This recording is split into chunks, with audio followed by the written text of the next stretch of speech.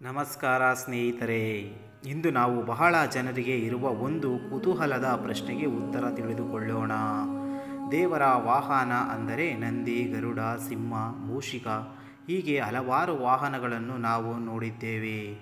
ಆದರೆ ಶಿವನ ಉಗ್ರ ಸ್ವರೂಪವಾದ ಶ್ರೀ ಕಾಲಭೈರವನಿಗೆ ಮಾತ್ರ ಶ್ವಾನ ಅಂದರೆ ನಾಯಿಗೆ ವಾಹನ ಏಕೆ?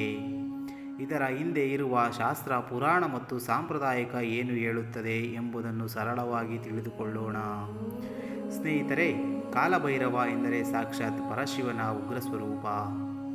ಲೋಕದಲ್ಲಿ ಧರ್ಮವನ್ನು ಕಾಪಾಡುವುದು, ಅಧರ್ಮವನ್ನು ಶಿಕ್ಷಿಸುವುದು, ಭಕ್ತರನ್ನು ರಕ್ಷಿಸುವುದು ಇವರ ಕರ್ತವ್ಯ ಎಂದು ಪುರಾಣಗಳು ಹೇಳುತ್ತವೆ. ಹಾಗಾದರೆ ಇಷ್ಟೊಂದು ಶಕ್ತಿಯುಳ್ಳ ದೇವರಿಗೆ ನಾಯಿ ವಾಹನ ಏಕೆ? ನಮ್ಮ ಹಳ್ಳಿಗಳಲ್ಲೇ ನೋಡಿ, ರಾತ್ರಿ ಎಲ್ಲರೂ ಮಲಗಿದ ನಂತರ ಮನೆ, ಹೊಲ, ಜಮೀನು ಕಾಪಾಡುವುದು ಮೊದಲು ನಾಯಿ. ಕಳ್ಳ ಬಂದರೂ, ಹಾವು ಬಂದರೂ, ಅಪಾಯ ಬಂದರೂ ಮೊದಲು ಎಚ್ಚರಿಸುವುದು ನಾಯಿ. ಅದೇ ರೀತಿ ಕಾಲಭೈರವನನ್ನು ತನ್ನ ಭಕ್ತರನ್ನು ಕಾಣದ ಅಪಾಯಗಳಿಂದಲೂ ಕಾಪಾಡುತ್ತಾನೆ ಎಂಬ ಸಂದೇಶವನ್ನು ಶ್ವಾನದ ಮೂಲಕ ತಿಳಿಸಲಾಗುತ್ತದೆ. ಇನ್ನೊಂದು ಮುಖ್ಯ ವಿಷಯ, ನಾಯಿಯಷ್ಟು ನಿಷ್ಠೆ ಇರುವ ಪ್ರಾಣಿ ತುಂಬ ಕಡಿಮೆ.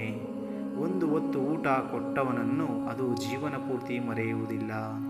ಅದೇ ರೀತಿ ಭಕ್ತರು ದೇವರ ಮೇಲೆ ಅಚಲ ಭಕ್ತಿ ಮತ್ತು ನಿಷ್ಠೆ ಇಡಬೇಕು ಎಂಬ ಸಂದೇಶವನ್ನು ಕಾಲಭೈರವನು ಕೊಡುತ್ತಾನೆ. ಪುರಾಣಗಳಲ್ಲಿ ಮತ್ತೊಂದು ವಿಚಾರ ಬರುತ್ತದೆ. ಬ್ರಹ್ಮದೇವರಿಗೆ ಅಹಂಕಾರ ಹೆಚ್ಚಾದಾಗ ಶಿವನು ಭೈರವನನ್ನು ಸೃಷ್ಟಿಸಿ ಬ್ರಹ್ಮನ 5ನೇ ತಲೆಯನ್ನು ಕತ್ತರಿಸಿದನು. ನಂತರ ಭೈರವನು ಬ್ರಹ್ಮಹತ್ಯೆ ದೋಷ ನಿವಾರಣೆಗಾಗಿ ಅನೇಕ ಕ್ಷೇತ್ರಗಳಲ್ಲಿ ಸಂಚರಿಸಿ ಕೊನೆಗೆ ಕಾಶಿಯಲ್ಲಿ ಮುಕ್ತಿ ಪಡೆದನು. ಆಗಿನಿಂದ ಕಾಶಿಯ ಕ್ಷೇತ್ರಪಾಲಕನಾಗಿ ಕಾಲಭೈರವ ಪ್ರಸಿದ್ಧನಾದನು. ಕ್ಷೇತ್ರವನ್ನು ಕಾಪಾಡುವವರ ದೇವರಿಗೆ ಕಾವಲುಗಾರ ಸಂಕೇತವಾಗಿ ಶ್ವಾನವನ್ನು ವಾಹನವಾಗಿ ಚಿತ್ರಿಸಲಾಗಿದೆ. ನಮ್ಮ ಹಿರಿಯರು ಇನ್ನೊಂದು ಮಾತು ಹೇಳುತ್ತಾರೆ, ಶ್ವಾನ ಇರುವ ಮನೆಯ ಕಡೆ ಕಳ್ಳನಿಗೂ ಭಯ. ಅದೇ ರೀತಿ ಕಾಲಭೈರವನ ಅನುಗ್ರಹ ಇರುವ ಭಕ್ತನಿಗೆ ದುಷ್ಟಶಕ್ತಿಗಳ ಭಯ ಎಂಬ ನಂಬಿಕೆ ಇದೆ. ತಂತ್ರ ಸಂಪ್ರದಾಯದಲ್ಲಿಯೂ ಶ್ವಾನಕ್ಕೆ ವಿಶೇಷ ಸ್ಥಾನವಿದೆ. ಅದು ನಕಾರಾತ್ಮಕ ಶಕ್ತಿಗಳನ್ನು ಗುರುತಿಸುವ, ಕ್ಷೇತ್ರವನ್ನು ಕಾಪಾಡುವ ಸಾಂಕೇತಿಕವಾಗಿದೆ. ಅದಕ್ಕಾಗಿ ಅನೇಕ ಭೈರವ ದೇವಾಲಯಗಳಲ್ಲಿ ಶ್ವಾನದ ಮೂರ್ತಿ ಅಥವಾ ಚಿತ್ರವನ್ನು ಕಾಣಬಹುದು. ಸ್ನೇಹಿತರೆ, ಕೆಲವು ಭೈರವನ ಹೆಸರಿನಲ್ಲಿ ನಾಯಿಯನ್ನು ಪೂಜಿಸಬೇಕು ಎಂದು ತಪ್ಪಾಗಿ ಅರ್ಥ ಮಾಡಿಕೊಳ್ಳುತ್ತಾರೆ. ಹಾಗಲ್ಲ, ಪೂಜೆ ಮಾಡುವುದು ಕಾಲಭೈರವನಿಗೆ, ಆದರೆ ಅವರ ವಾಹನವಾದ ಶ್ವಾನಕ್ಕೆ ಗೌರವ ತೋರುವುದು ನಮ್ಮ ಸಂಪ್ರದಾಯ.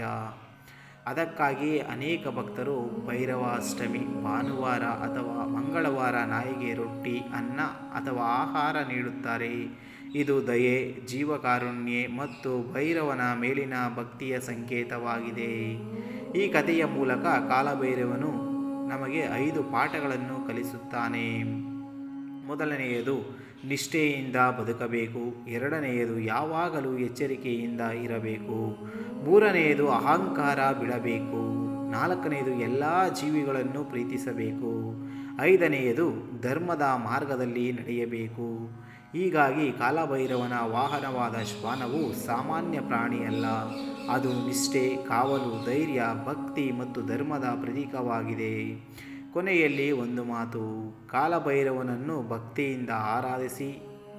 ಯಾವುದೇ ಜೀವಿಗೆ ಹಿಂಸೆ ಮಾಡದೆ ಶ್ವಾನ ಸೇರಿದಂತೆ ಎಲ್ಲ ಜೀವಿಗಳಿಗೂ ದಯೆ ತೋರಿಸಿದರೆ ಅದೇ ನಿಜವಾದ ಭೈರವ ಭಕ್ತಿ. ಓಂ ಕಾಲಭೈರವಾಯ ನಮಃ. ನಿಮಗೆ ಈ ವಿಡಿಯೋ ಇಷ್ಟವಾಗಿದ್ದರೆ ನಮ್ಮ ಚಾನಲನ್ನು ಸಬ್ಸ್ಕ್ರೈಬ್ ಮಾಡಿಕೊಳ್ಳಿ, ಲೈಕ್ ಮಾಡಿ, ಶೇರ್ ಮಾಡಿ ಮತ್ತು ಸ್ನೇಹಿತರೊಂದಿಗೆ ಹಂಚಿಕೊಳ್ಳಿ. ಧನ್ಯವಾದಗಳು. ಓಂ ಕಾಲಭೈರವೇಶ್ವರಾಯ ನಮಃ ಅಂತ ಕಮೆಂಟ್ ಮಾಡಿ.